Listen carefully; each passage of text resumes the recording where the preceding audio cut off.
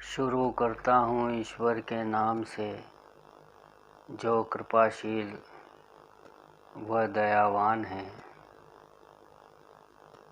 परम पूज्य परम संत समर्थ सद्गुरु महात्मा श्री रघुवर दयाल जी महाराज उर्फ चचा जी महाराज के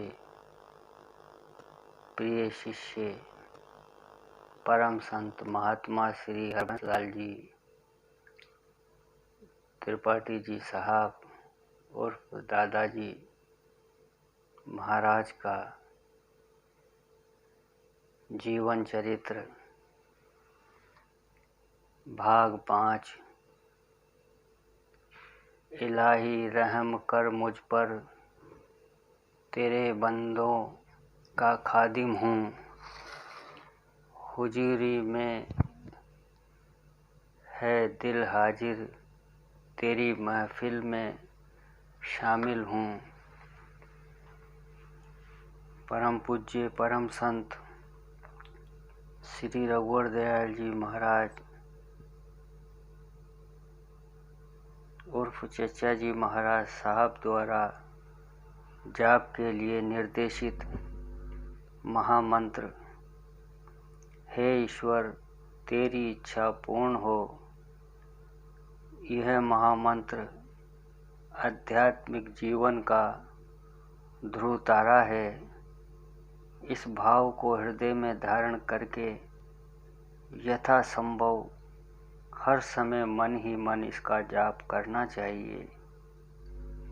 परम पूज्य चचा जी महाराज साहब की प्रिय प्रार्थना। न ख्वाहम दौलते दुनिया, न जन्नत रा तलबगारम, दिलो जामी फरोशम, दर्दे इश्क तरा खरीदारम। न पेशे मन इबादत सुध, न पोशी दम रियाजत रा, नजर बर फजल तो कर दम, की सर तापा गुनहगारम। अर्थात, है ईश्वर, न तो मुझे सांसारिक संपत्ति की प्राप्ति की अभिलाषा है और न ही मैं स्वर्गीय सुख को प्राप्त करने की इच्छा रखता हूँ। मैं अपने हृदय व प्राण को समर्पित करके आपके प्रेम की पीड़ा का आनंद पाना चाहता हूँ। मुझसे अभ्यास या उपासना आदि भी नहीं हो पाती, फिर भी मेरी आपसे प्रार्थना है कि आप मुझ पर कृपा दृष्टि कर दें, क्योंकि मैं सर से पैर तक गुनहगार हूँ। ब्रह्म विद्या ऐसी वस्तु नहीं है जिसका कोई वर्णन कर सके।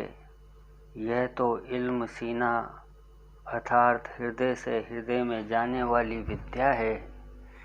इसी से इसको गुप्त या गुह्य पदार्थ भी कहा गया है। वेद शास्त्र अथवा किसी धार्मिक या सांसारिक पुस्तक को पढ़ने से, तरह तरह के उपदेशों को सुनने से, तीर्थ व्रत करने से, बुद्धि से विचारों की भूमिका बांधने से या किसी और तरह के उपाय से यह प्राप्त नहीं हो सकती। यह एक ऐसी वस्तु है कि जिसको जानकर फिर किसी वस्तु को जानने की आवश्यकता नहीं रहती। इसका वर्णन नहीं हो सकता। यह ईश्वर की कृपा और सद्गुरु के सहारे ही प्राप्त हो सकती है। महात्मा श्री दादाजी महाराज। श्री दादाजी द्वारा लिखित पुस्तक प्यारा सतगुरु से उदत गुरु वंदना। कलेजे में चलाने को हमारे तीर बन जाओ, मरीजे इश्क की पूरी दवा अक्सीर बन जाओ। तुम्हारे नूर का सुरमा अगर पहुँचेगा चश्मों में, हृदय में रोशनी होगी कि पुरतासीर बन जाओ। तुम्हारे हाथ में ऐसा सितम जादू का देखा है, चलाते क्यों नहीं खंजर, दिली शमशीर बन जाओ। चढ़ाते थे अगर अभी तक गुल जो कब्रों व मज़ारों पर, चढ़ाने के लिए मेरे कबीर व पीर बन जाओ। किया कुर्बान दिल अपना तुम्हारी शक्ल के ऊपर, कलेजे में लगाने के लिए तस्वीर बन जाओ।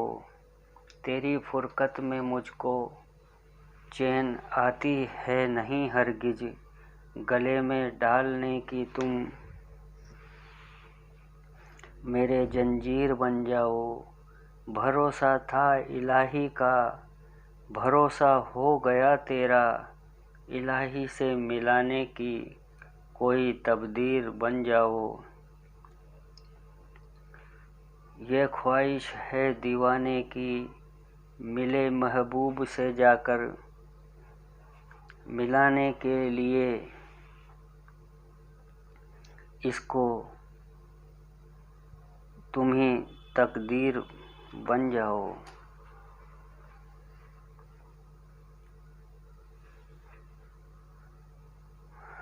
परम पूज्य श्रीमान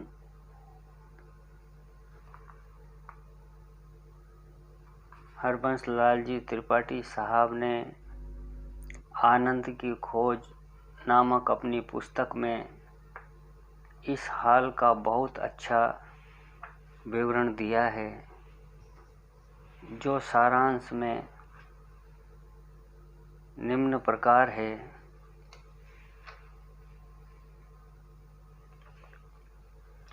ध्यान के समय चैतन्य अवस्था में बने रहकर जब वह एकाग्र हुआ तो उसे इन प्राणों की क्रियाएं जो सुषुप्ति की दशा में हुआ करती थी और उसका ज्ञान नहीं होता था, मालूम होने लगी। इस अवस्था में उसे भासने लगा कि वह चमत्कार जो इसको जागृत अवस्था में दिखाई देते हैं और जिनको वह दूर समझता था, उसके भीतर ही हैं। उसने देखा कि उसके भीतर ही आनंद, सुरूर, प्रकाश और शब्द तीनों मिलकर नाना प्रकार की अवस्थाएं पैदा कर देते हैं। कहीं सूरज का प्रकाश, कहीं नक्षत्र, कहीं बादलों की गरज, कहीं बिजली की चमक, कहीं मुरली का स्वर, कहीं बांसुरी का शब्द, कहीं पानी का बरसना व अन्य नाना प्रकार के शब्द, यानी जो बातें उसने अपनी जागृत अवस्था में देखी थी, वह सब इस सूक्ष्म शरीर में दिखलाई पड़ी और अंधकार में अपने आप को एक प्रकाश की अवस्था में पाया। उसका चित्त बहुत प्रसन्न हुआ। उसे ऐसी मस्ती आई कि वह उसी स्थिति में बना रहने लगा। लेकिन कुछ ही समय बाद उसका मन इन चाटकों, नाटकों से भी उभरने लगा और जब विचार किया तो पाया कि यह भी सुख ही स्थायी स्थिति नहीं है। इसमें हमारी ही आंतरिक शक्ति का उपयोग करते हुए त्रिगुणीमयी माया हमें ही अपना खेल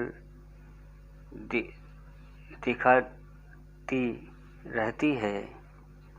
उसने ये भी अनुभव किया कि इस खेल को हम जितना अधिक देखते या इसमें संलिप्त होते हैं, उतना ही अधिक मान व प्राण शक्ति निर्बल होती जाती है।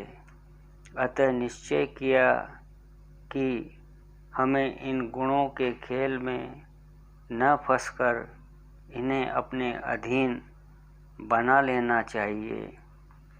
इस प्रकार के भाव को दृढ़ करके वह पुनः ध्यान की स्थिति में आ गया तो क्या देखा कि त्रिगुणमयी माया अपने गुण व प्रभाव को समेटकर शांत स्थिति में किनारे खड़ी हो गई है, किंतु साथ ही कोई अन्य ऐसा देवी भाव प्रकट हो गया है जो उसे अपनी ओर खींच ले जाना चाहता है।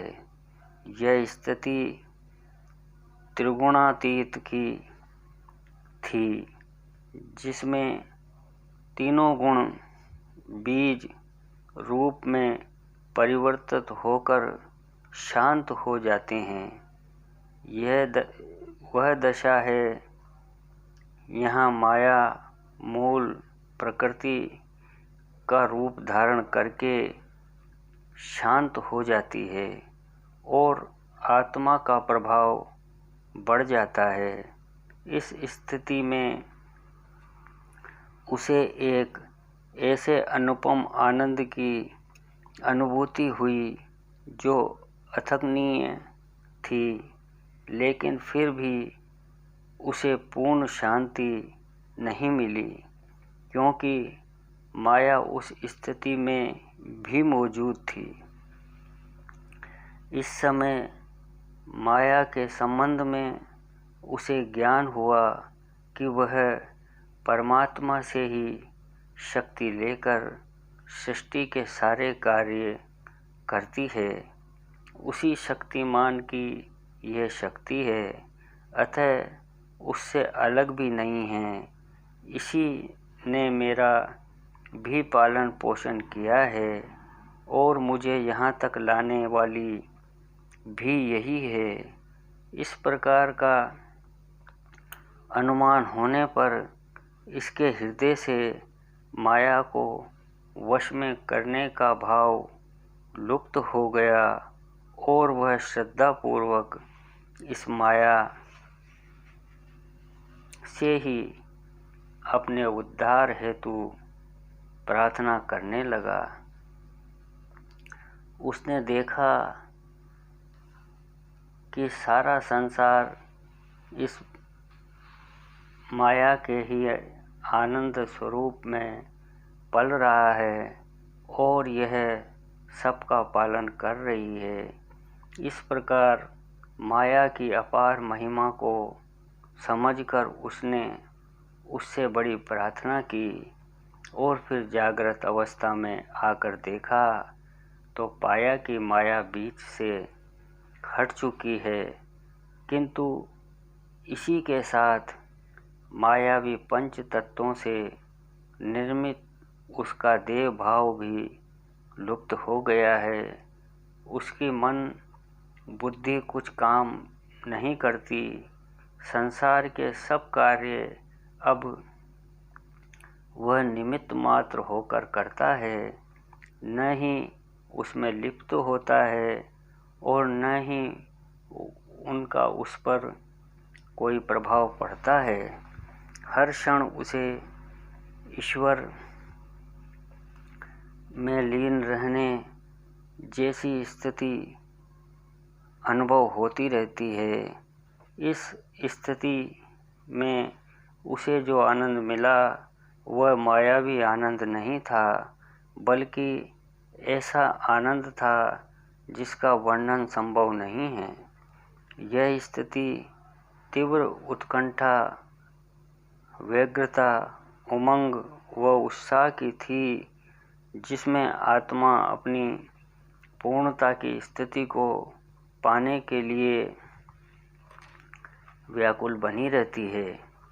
इस प्रकार की स्थिति में रहते हुए कभी न कभी एकाएक ऐसा शुभ संयोग पैदा होता है जिसमें निज कृपा, गुरु कृपा व ईश्वर कृपा एक साथ उदय हो जाते हैं। उस समय साधक स्वयं अपने आप को भी मौजूद नहीं पाता, बल्कि जिस शरीर को वह अपना शरीर समझता था, प्रकाश ही प्रकाश दिखाई देता है। और यह भी अनुभव होता है कि वह प्रकाश किसी महान प्रकाश में समाया जा रहा है, जैसे कि एक नदी समुद्र में डूबी चली जा रही है। यही उसका असल भंडार है, जहाँ से वह आया था और ईश्वर तथा सद्गुरु कृपा से पुनः वहीं वापस पहुँच गया है। इस स्थिति में उसके आनंद की कोई सीमा नहीं होती। परम पूज्य दादाजी महाराज द्वारा लिखा गया उपरोक्त वृत्तांत आत्मोन्नति की विभिन्न दशाओं का विवरण है। इसे भली भांति समझ लेने की आवश्यकता है, क्योंकि तभी हम यह अनुमान कर सकेंगे कि ध्यान के समय दादाजी महाराज भाइयों से सुसुप्ति की अंधकारमयी इस अवस्था से बचे रहने को क्यों कहा करते थे, और क्यों यह कहा करते थे, जिंदा किताब पढ़ना सीखो। आपने अपनी अर्गवाणी नामक पुस्तक में लिखा है कि लुप्त वो क्या जानते हैं, पी के होते गर्क जो, हम हुए बेहोश पीकर फिर भी होशियारी रही। इस पद में प्रयोग किया गया होशियारी शब्द विशेष महत्वपूर्ण है। इसका आशय यह है कि ध्यान के समय पूरी सतर्कता के साथ चैतन्य अवस्था में बने रहकर इष्ट का ध्यान करना चाहिए, क्योंकि इष्ट पद में सारी परिस्थितियाँ, विद्या, विज्ञान व शक्ति सब कुछ समाहित होता है। पर्दापोशी का भाव। आपका मानना था कि ईश्वर की याद जितना छुपकर की जाए उतनी ही अधिक गहरी व सार्थक होती है। आपने अपनी पुस्तक में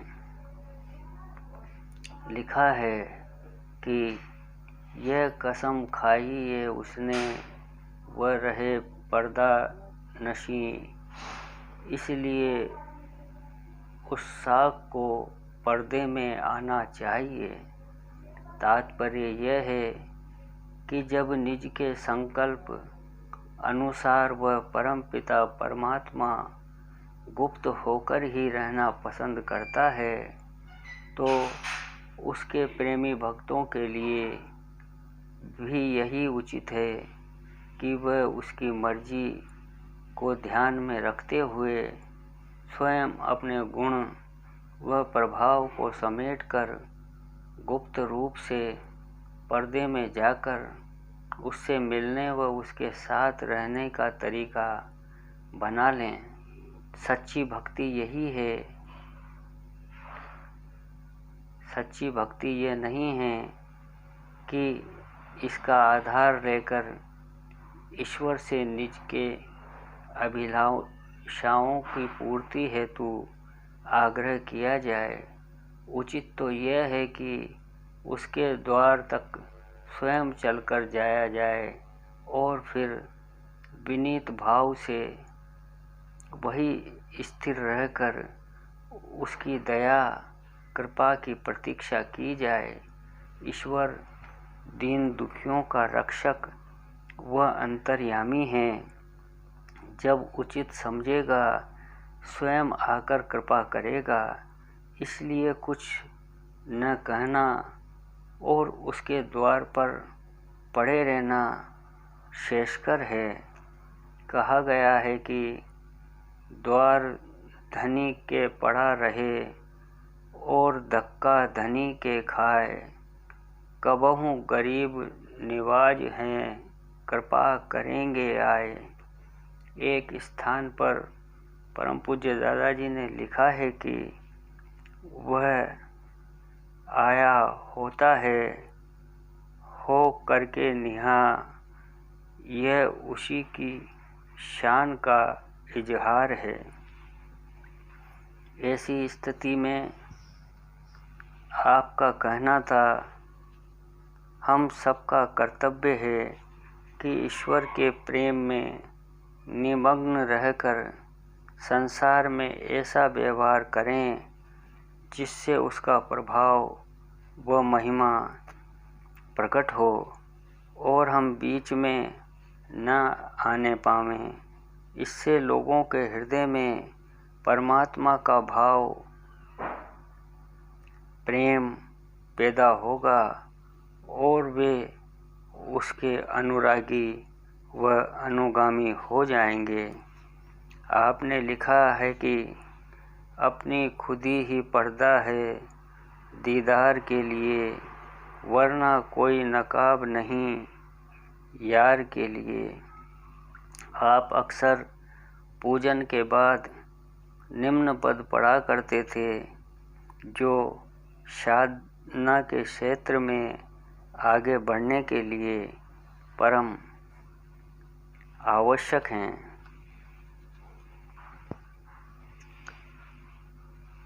न मारा खुद को जिसने खाक हो, अक्सीर बन जाता।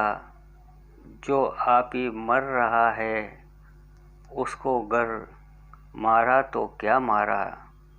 बड़े मुंजी को मारा नफ्से अम्मारा को गर मारा।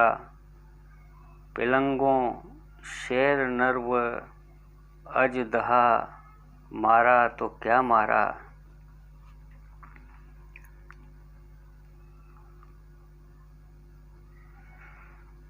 मन में संग्रहित इच्छाओं को नफ्स व अम्मारा कहते हैं।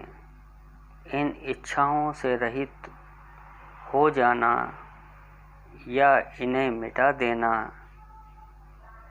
ही साधना का मुख्य लक्ष्य या परम पुरुषार्थ है। इसी से आपा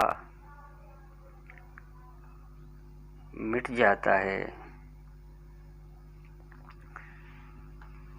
तुलसीदास जी महाराज ने इस परम भावात्मक स्थिति को निम्नानुसार व्यक्त किया है। चहो न सुगति सुमति संपत्ति कछु, रिद्धि सिद्धि विपुल बड़ाई। है तो रहित अनुराग राम पद, बड़े अनुदिन अधिकाई। यह विनती रघुवीर गोसाई। तुलसीदास जी महाराज के अनुसार इस प्रकार के हेतु रहित प्रयास से परमात्मा का प्रेम दिन प्रतिदिन बढ़ता चला जाता है और जल्द जीवन परमात्मा के प्रेम से परिपूर्ण हो जाता है। भगवत गीता में भी भगवान श्री कृष्ण ने कहा है, जो मुझे जिस भाव से बचता है उसे मैं उसी भाव से बचता हूँ। इस प्रकार कर्म, उपासना अथवा ज्ञान, चाहे जिस प्रकार के प्रयास हों, यदि वे इच्छा सहित होंगे तो बंधन कारक होंगे, और यदि इच्छा रहित होंगे तथा निस्वार्थ भाव से किए जाएंगे तो प्रभु की अहेतु की कृपा, उनका प्रेम व उनसे मिलन अथवा योग की दशा सहज ही प्राप्त हो जाएगी। परम पूज्य दादाजी महाराज का कहना कि हृदय ऐसा निर्मल था कि उसमें गुरु या परमात्मा के प्रेम के अतिरिक्त कुछ भी नहीं था। इसी आधार पर उन्होंने लिखा है कि, या यूं कहा जाए कि बेखुदी के हाल में लिख गए हैं कि हमारा दिल नहीं है ये, मेरे मुर्शद की बस्ती है, यही लैला का महफिल है, इसे मजनू का घर समझें। इस प्रकार आप गुरु के प्रेम में डूबकर गुरुमय हो गए। इसी शुद्ध अद्वैत अवस्था के कारण आपके इर्द गिर्द हर समय प्रेम भक्ति की गंगा बहा करती थी। इसी भावना का निम्न पद परम पूज्य दादाजी को काफ़ी प्रिय था, जिसे वे पूजन के बाद गुनगुनाया करते थे। जहाँ वे हैं वहीं ए चाँद, ले जा चांदनी अपनी, हमें तो शाम गम में काटनी है जिंदगी अपनी, सिर्फ बाकी है अब दिल में तमन्ना आखिरी अपनी, वो साहिल पे खड़े होते और किश्ती डूबती अपनी, मुनासिब हो तो ए प्रभुवर घड़ी भर को चले आना, बुझानी है तेरे दामन से शम्मे जिंदगी अपनी, वहीं चलियो जहाँ पर उनकी महफिल है, कि जिस महफिल में जाकर लुट गई है जिंदगी अपनी, जहाँ वो हैं वहीं है चाँद, ले जा चांदनी अपनी। ऐसा आपका विशुद्ध प्रेम था। आपने कभी अपने लिए न तो कुछ सोचा और न किया। आपकी पर्दापोशी का आपके सतगुरुदेव परम पूज्य परम संत समर्थ सतगुरु श्रीमान चचा जी महाराज भी बहुत मान व प्रशंसा किया करते थे। परम पूज्य चचा जी महाराज कहते थे कि त्रिपाठी जी ने तो अपने से ऐसा छुपा रखा है कि कोई साहिबे वक्त ही होगा जो इनको पहचान पावेगा।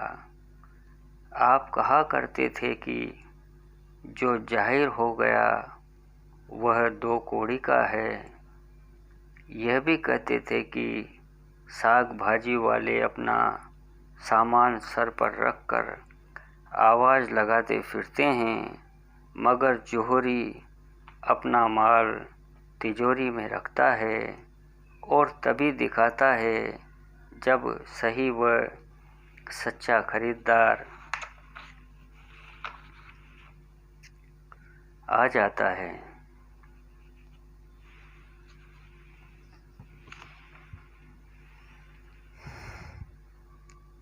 आपने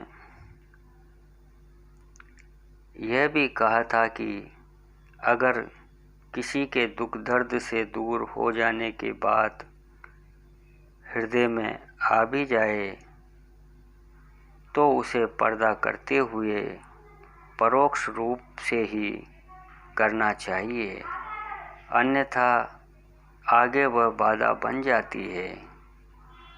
इस प्रकार आपका सत्संग सेवा कार्य हर प्रकार से परिपूर्ण व मर्यादित था। वर्ष 1934 से 1979 तक के 45 वर्षों की दीर्घ अवधि में आपने यह सेवा कार्य जीवित रहकर किया और आज पर्दा कर जाने के बाद भी यह संयोग व सहायता उसी प्रकार भाइयों को अनुभव होती रहती है जैसा कि पहले हुआ करती थी। आपका मानना था कि ध्यान पूजन के साथ साथ सेवा के कार्य करते रहना नितांत आवश्यक है, जिसके बिना पूर्णता की प्राप्ति संभव नहीं है। आपने लिखा भी है कि जिसे तेरी मोहब्बत हो गुजारे उम्र खिदमत में, मिटा दे अपनी हस्ती को रहे खिलवत नशीनों में। आपका कहना था कि सतगुरु की दया कृपा से प्राप्त रूहानी दौलत का उपयोग निज के सुख सुविधा के विस्तार हेतु न करके सबकी सेवा करते रहने में करना चाहिए। इसी कार्य में जीवन पर्यंत लगे रहकर अपने को तृण से भी छोटा बनाकर रखना चाहिए। साथ ही पर्दापोशी का ध्यान रखते हुए यह भी ख्याल रखना चाहिए कि ऐसा सेवा कार्य से सत गुरुजनों व परमात्मा का प्रभाव व महिमा प्रकट हो, न कि अपनी। सामान्यतः मौन रहने की आदत। आप बहुत खामोश तबीयत के थे, बहुत कम बोलते थे।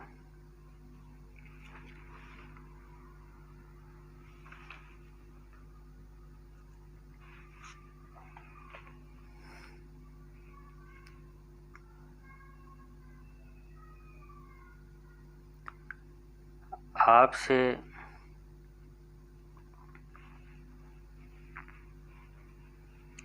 एक बार कहा कि आप श्री परम पूज्य चचा जी महाराज साहब के बहुत निकट रहे हैं, अतः उनके विषय में कुछ बताइए।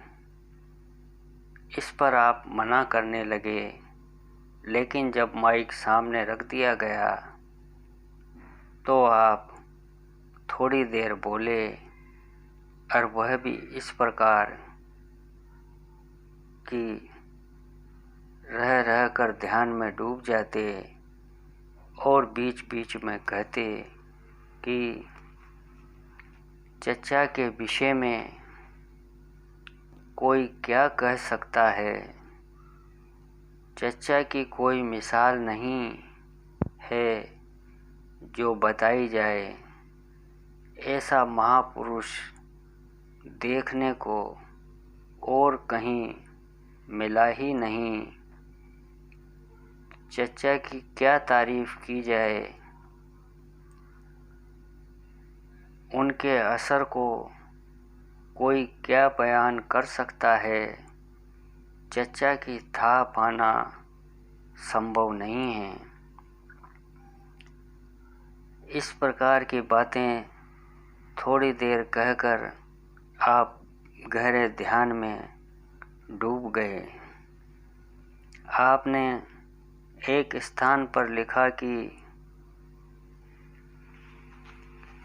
क्या कहूँ, कहने को सब नक्शा है दिल के गुबार का, कुछ नहीं आता समझ में भेद मेरे यार का, बहस करके गर बिठाई बात तुमने ए मियाँ, कागजों में कब पता चलता है कुए यार का, दिल के अंदर से दुई का भेद मिट जाए अगर राजे उल्फत है, यही उस हुस्न के दीदार का, बेखुदी में आन कर जब देखता हूँ आपको, मेरे जलवे में छुपा जलवा है मेरे यार का।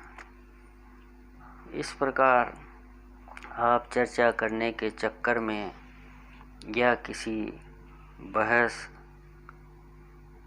मोबाइल से भी कभी नहीं पढ़ते थे और न ही उसे पसंद करते थे।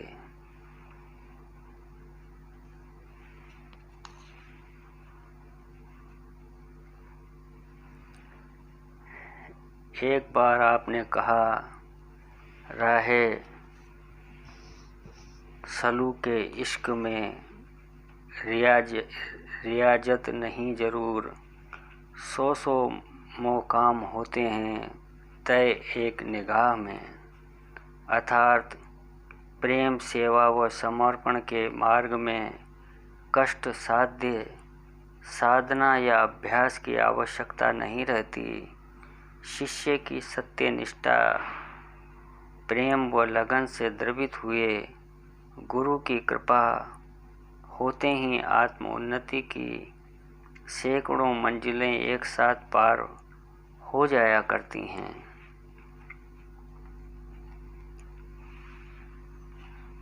अंतिम समय कुछ कमजोरी बढ़ जाने पर परम पूज्य दादाजी इस बरामदे में न रहकर नीचे उसी कमरे में रहने लग गए थे जिसमें सत्संग हुआ करता था। उस समय भी भाईजान इसी कमरे में दादाजी के पास बैठकर सत्संग तथा उनकी देखरेख व सेवा का कार्य किया करते थे। इसी कमरे में 22 जून 1979 को प्रातः लगभग 9 बजे पूज्य दादाजी ने अपने नश्वर शरीर का त्याग किया था। इस देह त्याग का भी अत्यंत प्रेरणास्पद वृत्तांत है, जिसे आगे बताएंगे। आज भी इसी कमरे में पूर्व की भांति सत्संग होता है और भाइयों को आपकी अलौकिक कृपाधार का अनुभव हुआ करता है। कभी कभी निम्न शेर भी पढ़ दिया करते थे, जिससे हम आपकी श्रेष्ठ आध्यात्मिक स्थिति का सहज ही अनुमान कर ले सकते हैं। हर चंद पीरों खस्ता गिले न तवा सुदम, हर गहें के याद रोए की करदम जमा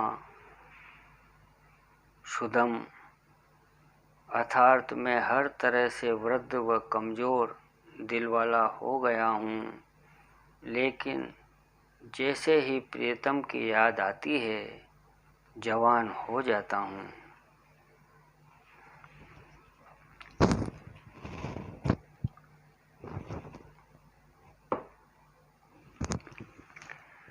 आपका अपने गुरुदेव के प्रति समर्पण का भाव इतना श्रेष्ठ, परिपक्व व उच्च कोटि का था। आप उनकी खुशी व मर्जी के लिए हर क्षण अपना सब कुछ निछावर कर देने को तत्पर रहा करते थे। आपने अपनी पुस्तक अर्गवाणी में लिखा भी है कि ये दिल बेचता हूँ, जिगर बेचता हूँ, अगर चाहे साकी तो सर बेचता हूँ, जुबाने मुबारक से कुछ भी तो कह दें, मैं दुनिया व उक़बा का घर बेचता हूँ। इशारा अगर हो तुम्हारी नज़र का तो तन जान मन पेशतर बेचता हूँ। हरी उनका साया मुबारक हो सर पर, उन्हें अपना सारा हुनर बेचता हूँ। इस पद में व्यक्त भाव के अनुसार ही आपका रहन सहन, आचरण व व्यवहार भी था।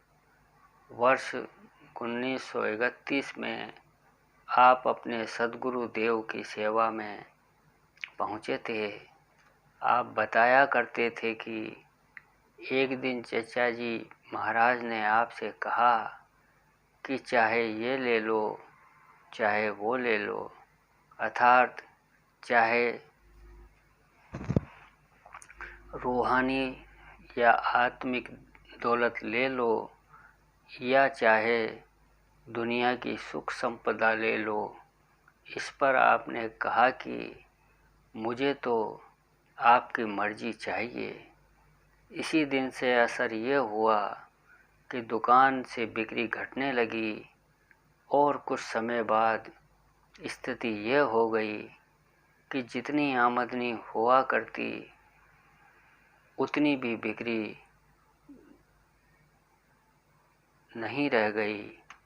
कभी कभी पूरा दिन बीत जाता और कोई बोहनी अर्थात 1 पैसे की भी बिक्री न होती।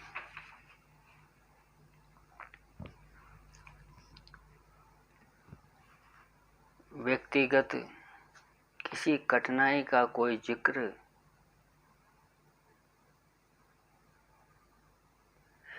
ही करते थे। कोई आग्रह भी करता तो कह देते कि ईश्वर की याद करके हम किसी एहसान नहीं करते, उसी की शक्ति है जिससे सेवा होती है। इस सेवा से सबके साथ मेरा भी कल्याण होता है। एक बार एक कवि ने आपकी महान दानशीलता के साथ साथ अत्यंत विनम्र होने के स्वभाव को ध्यान में रखते हुए आपसे कहा,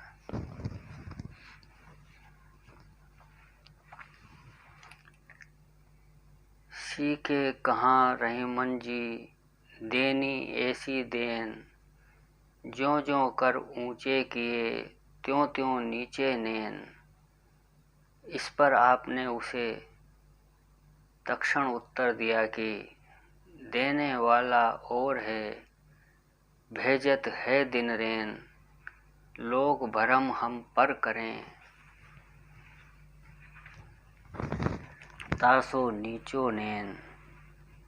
इस प्रकार एक समय जब खान खाना साहब रास्ते में कहीं जा रहे थे और सब कुछ दान कर देने के बाद उनके पास कुछ भी नहीं रह गया था और काफ़ी भूखे थे, तो आपने एक भड़बूजे से बात करके तय किया कि आप उसका भाड़ झोंक दें और वह आपको कुछ खाने को दे दे।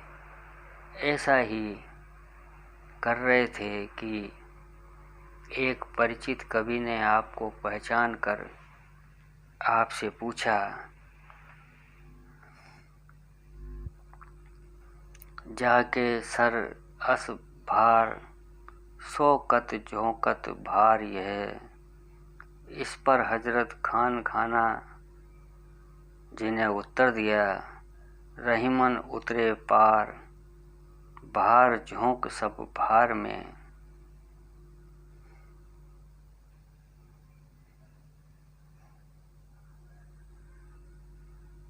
किसी ने सत्य ही कहा है कि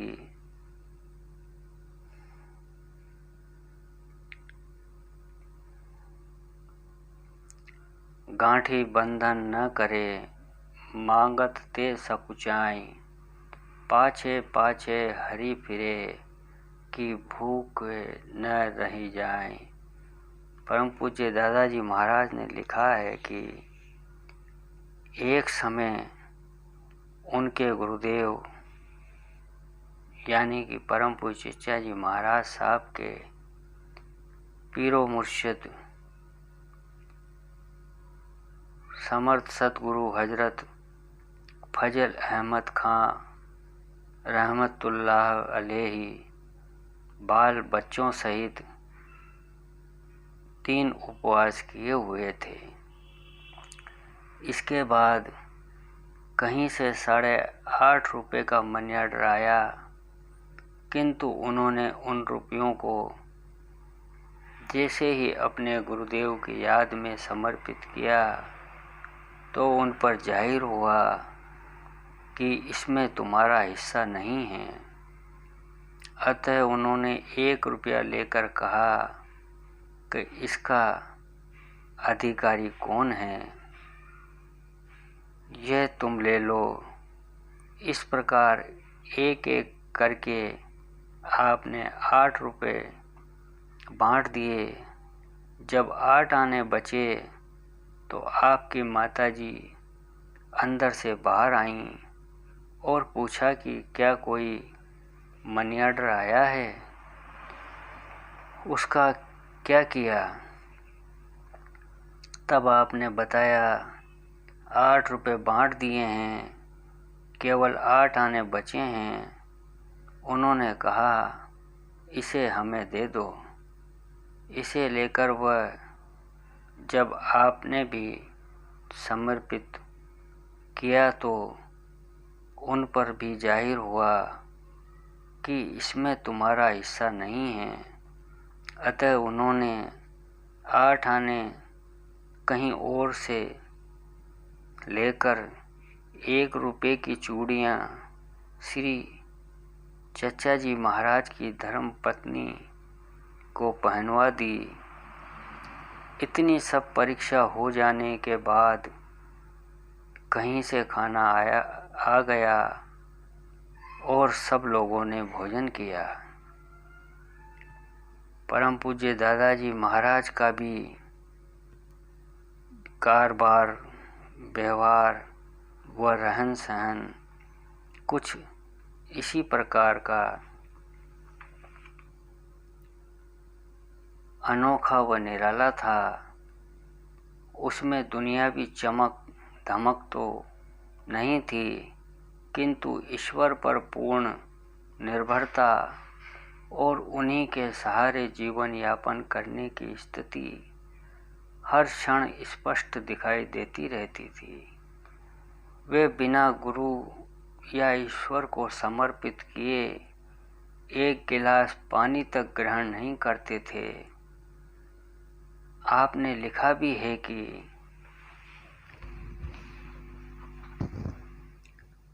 अगर रहमत हुई तेरी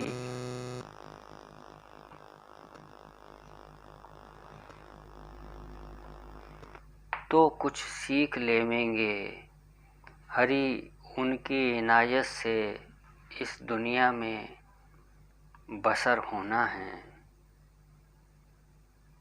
इस सारे विवरण में ध्यान देने की मुख्य बात यह है कि जब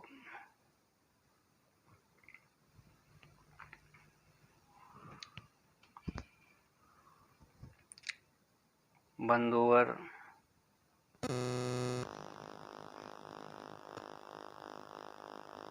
परम पूज्य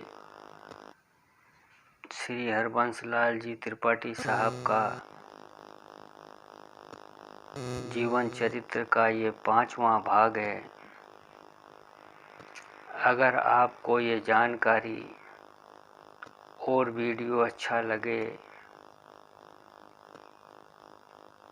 तो हमारे YouTube चैनल हमारे गुरु भगवान संत थानेदार को लाइक, सब्सक्राइब व शेयर करने की कृपा करें। अगर बोलने में कोई त्रुटि हुई हो तो हमें क्षमा भी करने की कृपा करें। आप सभी के श्री चरणों में शत शत प्रणाम।